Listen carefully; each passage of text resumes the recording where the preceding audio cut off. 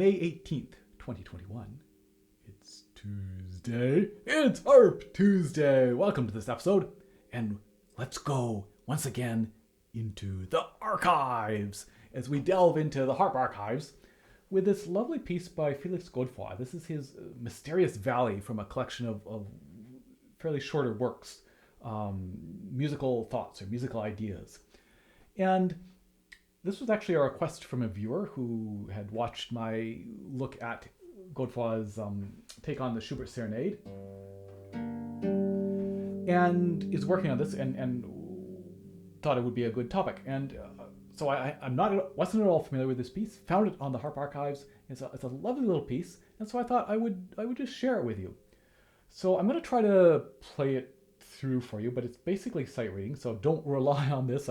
We'll almost certainly play some wrong notes, but just to give you an idea of what it sounds like, and I'm just going to talk a little bit about it, and yeah. But let me start by just attempting to play through this.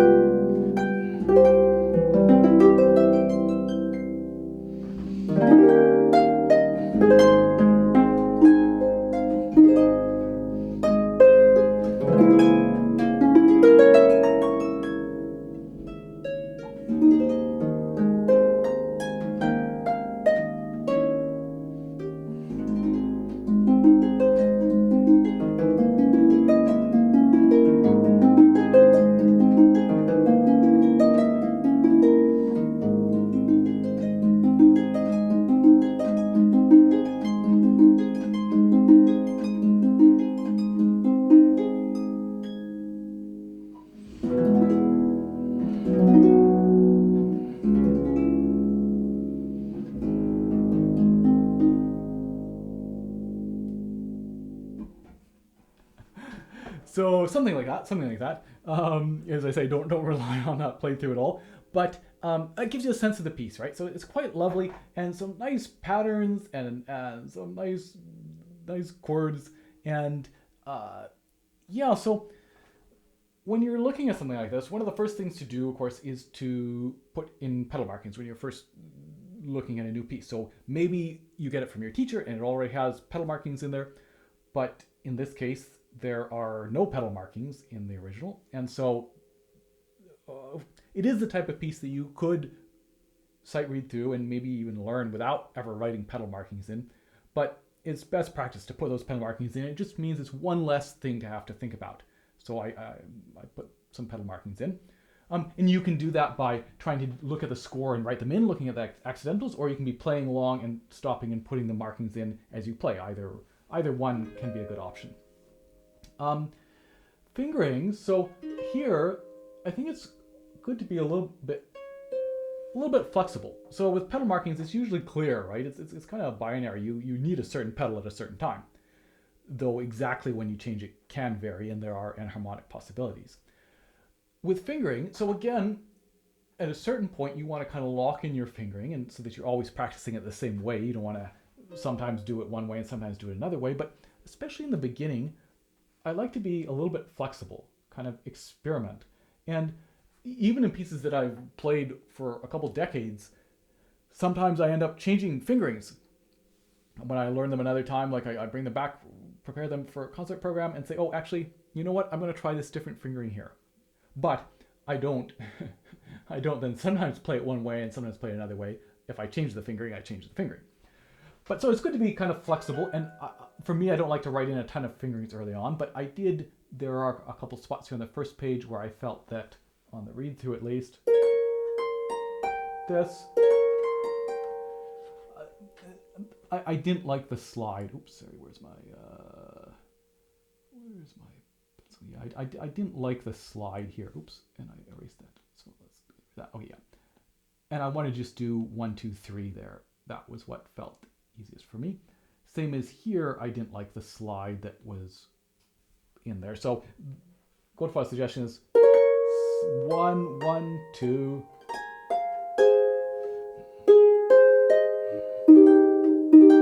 Maybe even sliding out of that chord, but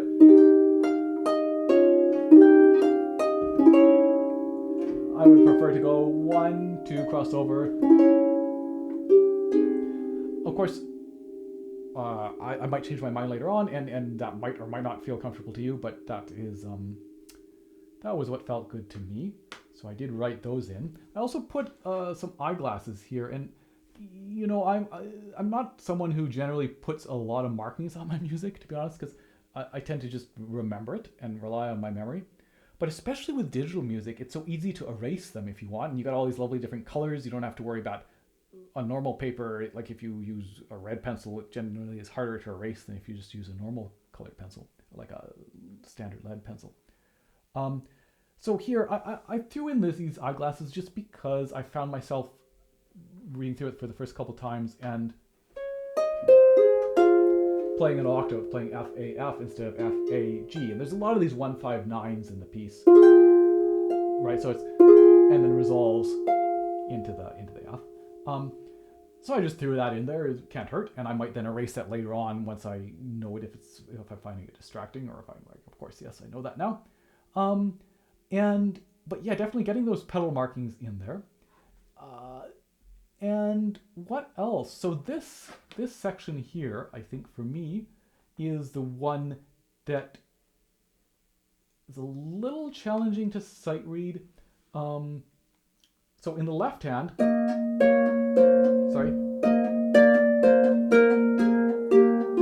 I would want to try to bring out that descending line. And meanwhile, on the right hand, we've got this different shape. Right? Now it's a third down instead of a fourth. And different shape on the way up. So just being aware of that. Let me see if I can kind of highlight that for you. So if we analyze this, right, this descending pattern and this descending pattern are the same, and this pattern going up, right, it's just like a first inversion, 3-note first inversion shape. But then this coming down, it's different. Instead of a 1, 4, 6, it's a 1, 3. Oh, sorry, where are we? 1, 3, 6, or however you want to think about it. But it's a different spacing of the middle note of that. And then, of course, on the way up here as well, that this note here, these two are different than these two, where there's a third apart, and there's only a second apart. So sometimes by analyzing it that way, it might feel a little bit awkward, or you're reading through this and it's always feeling a little bit, I'm never quite certain. But if you analyze that and say, okay, I understand now that I've established a pattern, and then towards the end of it, it changes, and that's why things are feeling a little strange. So then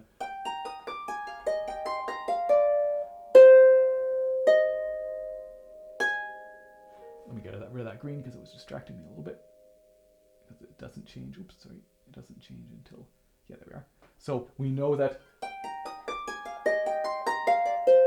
change, different shape, and put that third finger right back on instead of changing to 2. So, just something like that, that could help a lot, right? To facilitate the speed of kind of learning that little spot. Here, when we get back to the tempo 1, and it's back to the original tune, and I actually, when I first read through this, I wasn't sure if there was, it looked almost as if there was a tie there, but in fact, this tune from the beginning, right, it's like C, C, C, C, D, da, dum, dim, and so we get the same thing here, where, let me change back to this, C, C, C, C, in the middle of.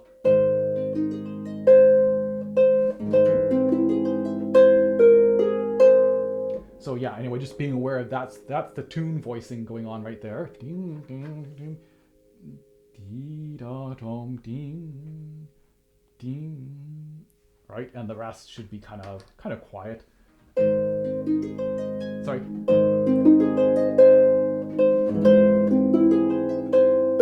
So this, we don't want to go. We don't want to have that thumb be too loud.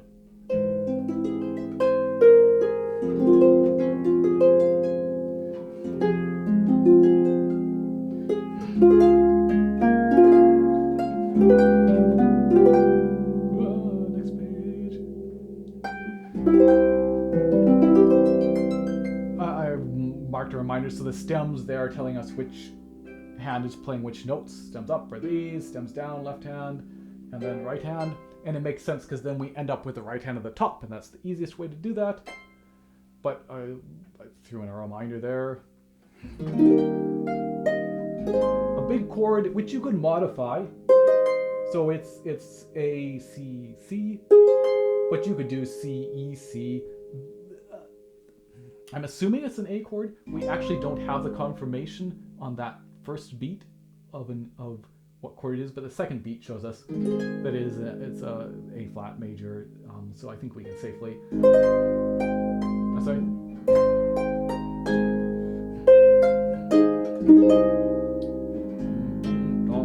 I think we can safely do that, and same as here, we could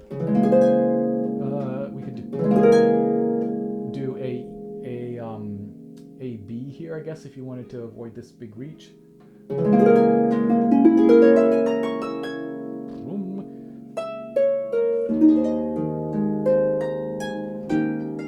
Oh, so I didn't write any fingers there, but I'm pretty happy with that of, and let me write that in. Let's see. So I'm doing 3-1 on that 7th because for me that feels okay. 3-1. You might do 4-1 to cross over. So we have 1 here, off, comma, and then 1, 2. Right? Is that right? Yep.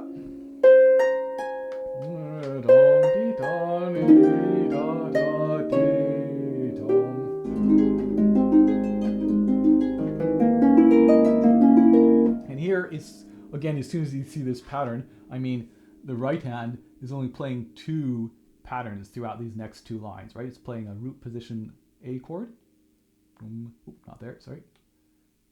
Right, and then all of these are the same. And then it's also doing a root position C chord, B chord, right?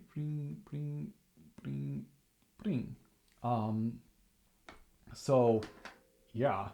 So now all we have to do is pay attention to the left hand.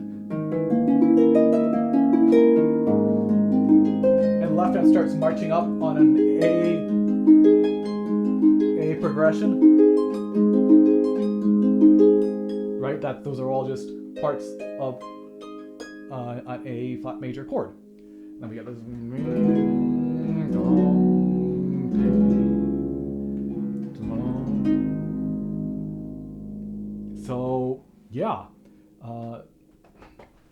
there you have it. So again, I think mainly just to introduce you to this piece, you can download it for free at the Harp Archives. There's going to be a link in the video description down below.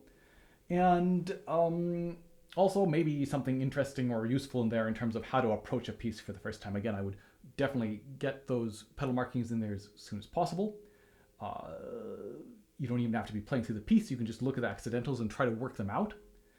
And be flexible on fingerings, jot them in spots where you feel you need to remind yourself, but remember they're not set in stone. And look for those patterns and those spots where maybe by just recognizing a pattern, it can really speed up your grasp and your learning of a particular piece. So hope you've enjoyed that, and I will see you in 2 weeks' time.